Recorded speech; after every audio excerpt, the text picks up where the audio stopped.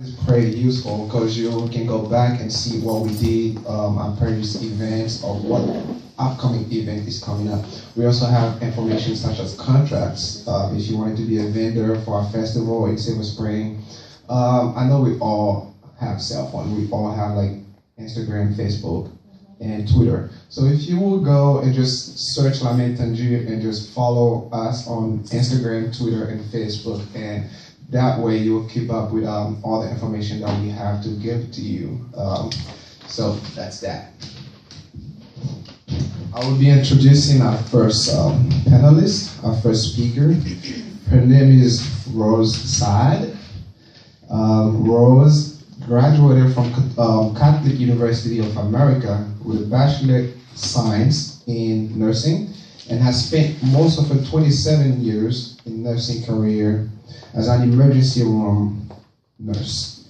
She treated many victims of domestic violence in the ER and noticed that even among trained professionals, a woman who experiences domestic violence frequently is misunderstood. As a survivor of domestic abuse herself, she organized and facilitated a Christian-based support group for women experiencing or have a history of domestic violence to gain and empower through God and His Word, as well as empowering through education. She recently completed a manuscript, and it's called The Christian Woman and Domestic Violence, Findings, Scriptural Clarity and Healing, which describes the abused Christian woman's journey as she finds answer to troubling spiritual questions, seeks help from the community, and achieves freedom and healing. Ladies and gentlemen, please help me greet Ma'am Rose Saad.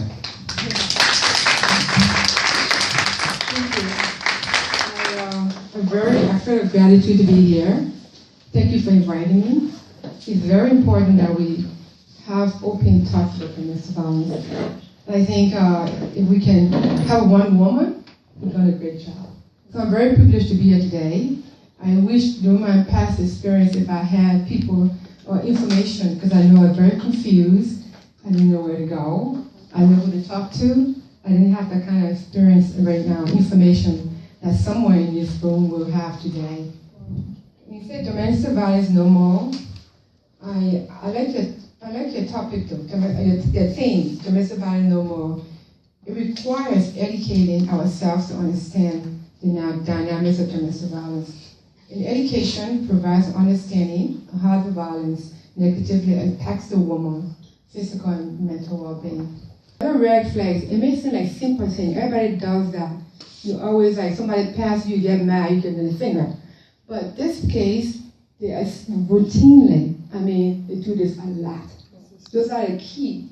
It may sound very simple, but watch out for that. He blames his former girlfriend for past failed relationship, always with another girl. She caused this, that's why it didn't work out. She's using whatever it is. Or always have some ongoing conflicts with his ex. He lacks respect for your privacy and your personal boundaries. Remember that. He'll call you papa on you, you think it's a good thing, but no, it's not. It's often mistaken as a romantic behavior, but it's not. He's crossing the personal line, your personal boundaries. He made decisions about social plans by telling you, you don't ask where you want or you face your schedule.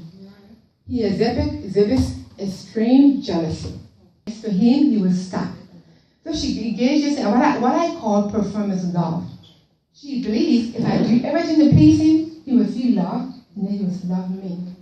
She cooks a certain meal. She keeps the kid quiet when he's around, just to please him.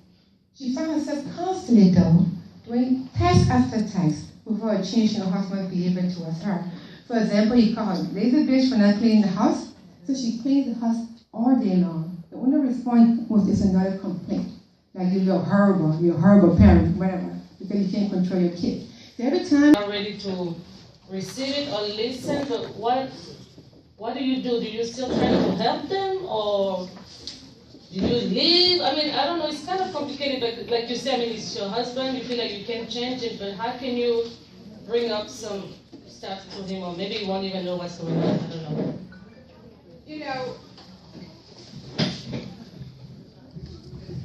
No one deserves to be abused. Number one.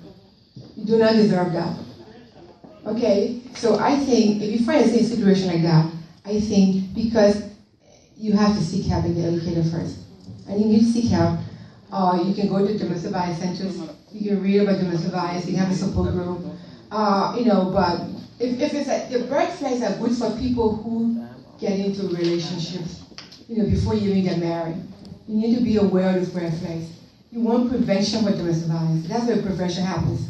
But when you're in a relationship like that, no one deserves to be abused.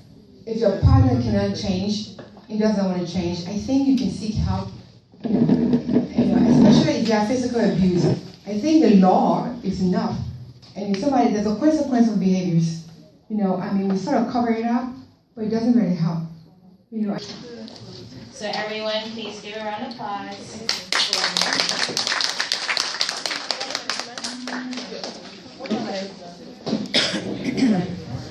Good afternoon, and I'd like to thank all the organizational team of the La Main Tendue, because today, it's tomorrow, as a matter of fact, the celebration of the Women's Day, although International Women's Day all over the world.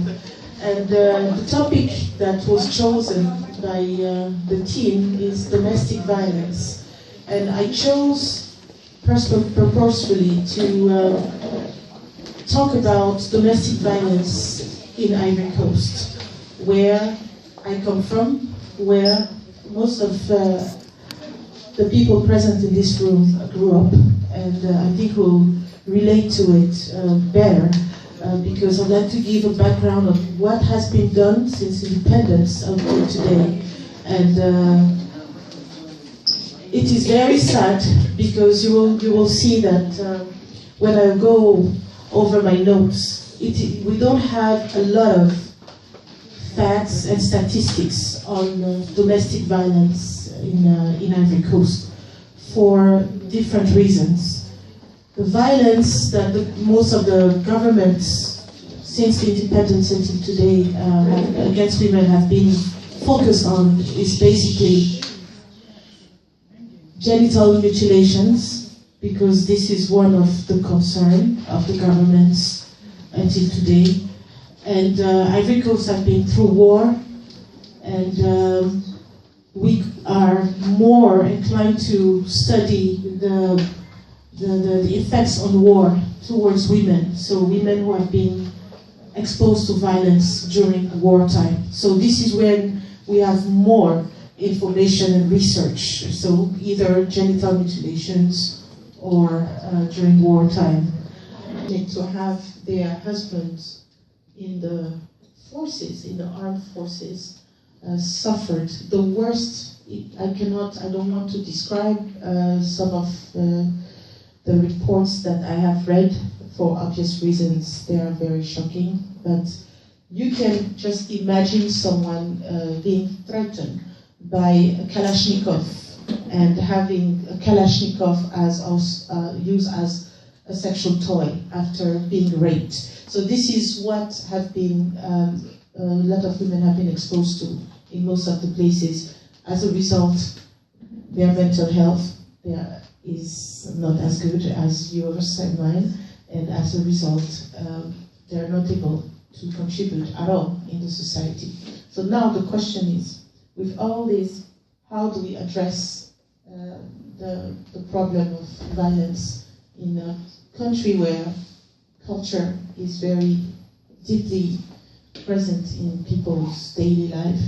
And how is it that we address that in a country where the government is making some efforts? I'm not saying that the government is not doing anything. No, the government is making some efforts. However, a lot of the laws that were, I would say written, because none of them have been applied. And even though some laws in the 90s have been, ratified, but none of them have been applied yet. So I can consider that the government has some laws somewhere that have not been used at all. For some reason, I don't know. But and even if you ask me, I will not be able to tell you. Myself, when I was in government, these questions were never addressed. So It is very interesting. But how is it that they go about to address it anyway? The World Bank has a lot of programs in Ivory Coast, and also the International Rescue Committee, along with the United Nations. And what they do is they have prevention campaigns. So they go in villages and they use traditional tools to sensibilize people against violence and to prevent it.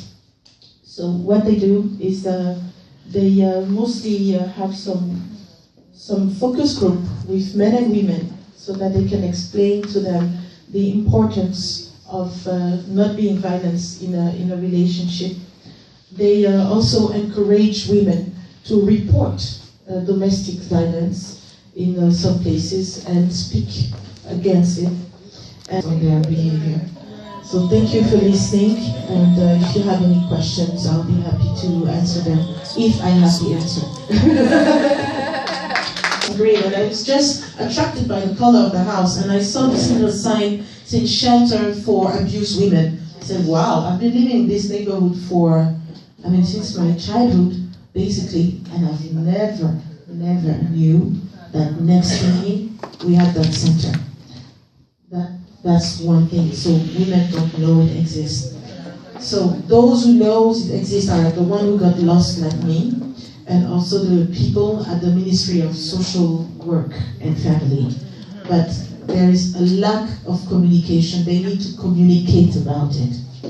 And why don't they communicate about it? It's because it's taboo in the society until today.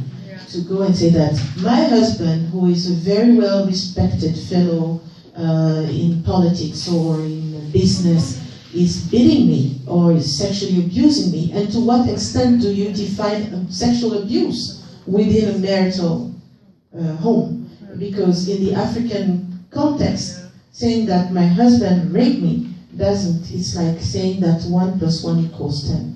It doesn't add up. So it is very, very difficult, and even the laws that we have for women, so that the law officer take actions on it, are very specific. They condemn. The law says, I think it was in '95 that the law was passed. They said they condone it, but there is not much action on it.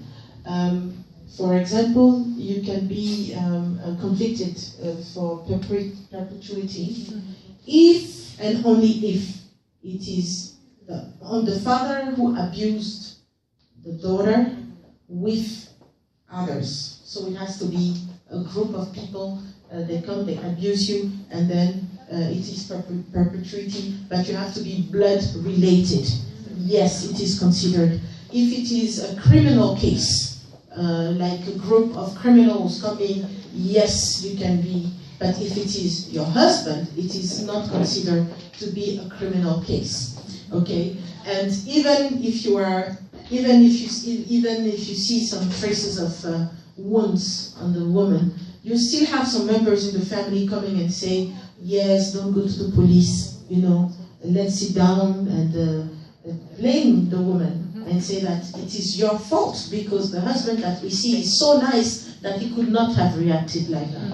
The husband that we see is so nice that he is not on drugs, but who knows what he took before coming home?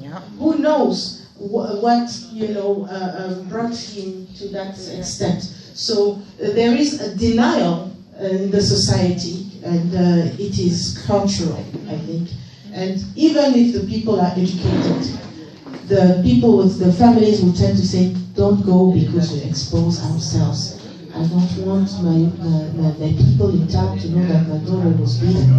It's going to be a shame. So you go to the police will look at you like, your husband beat you? What did you do yourself? So, because even themselves, can you imagine the mentality of the policeman who has a lot of issues? The main issue that he has per day is how much money is he going to make on being on the road and making a corruption case. And here he is sitting with this woman who doesn't know what she wants in life. She already has a husband. Why is she complaining about it? And this is the problem. And it is cultural, even though Ivory Coast has the legal framework to condone it. So it's not a banana republic. This is not what I said. Thank you very much for your explanation. We have one last comment on this matter. Actually, I just want quickly, it's a quick comment. Like Rose was saying, you were asking whether people go to report. I just want to share something really quick. You know, there is the stigma, and there is also the shame. Yeah. I recall a case of a sexual harassment at a workplace, you know. So this woman was being harassed by a boss. But do you know what happened? Other women in her office were blaming her. Oh, wow. To say, why? You know, are you sure? You know, so because of that, if your own kind are not supportive of you, there is that stigma. I'd rather live with it than report it. So there is that too. It's very tricky. Just to share that support. I know each time when we talk about abuse, we think about women only. Are men also being abused? Because, you know, that thing exists as well. So I just want to know if it's, you know, if you guys have something to say about it. That's true. And I was reading a case, not on Ivory Coast, but on Ghana recently. And it is a major social issue right now in Ghana. And I think they will have to pass a law at the National Assembly because more and more men complain about being abused and beaten by their wives. Yeah,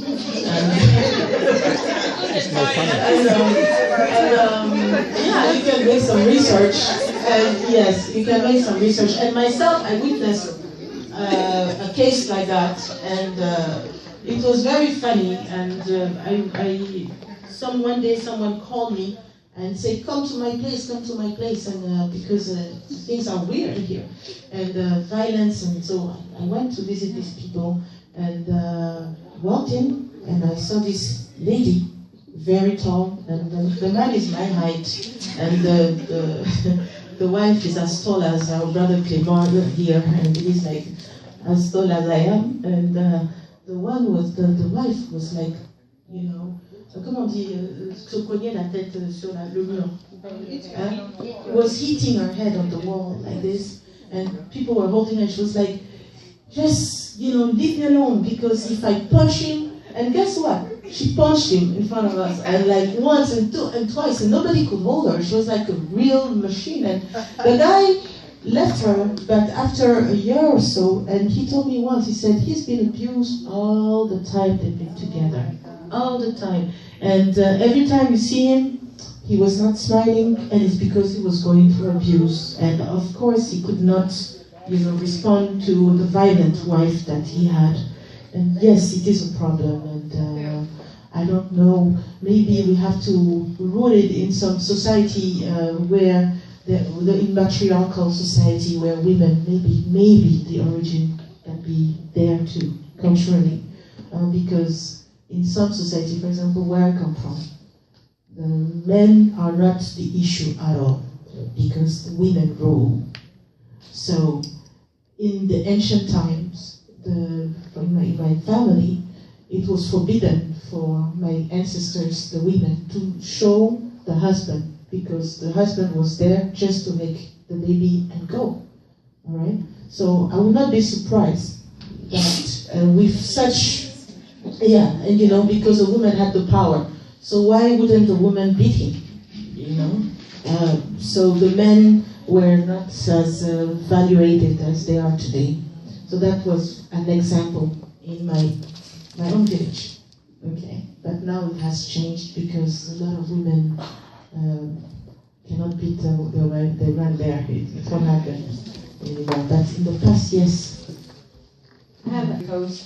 I know you mentioned about the NGOs that are there, the United Nations. Do you feel that they are doing enough outreach and education within these communities? And if it will be beneficial to not only those who are being abused, but families as well? And then for women who live here, who are from the Ivory Coast, what are some resources maybe that we can provide for them who still have that same stigma as if they were back home? I think based on a study of only 10,000 women, which is not representative of the overall women population of Ivory Coast. And it was done in only 6 villages. Only 6 villages. Most of the studies that were conducted by the International Rescue Committee and the United Nations were done prior to the war. And then when we had a ceasefire, they started the studies again, and bingo, in 2010, 2011, we went through violence again, so they stopped the research. So we do not have enough tools to fight against domestic violence, definitely.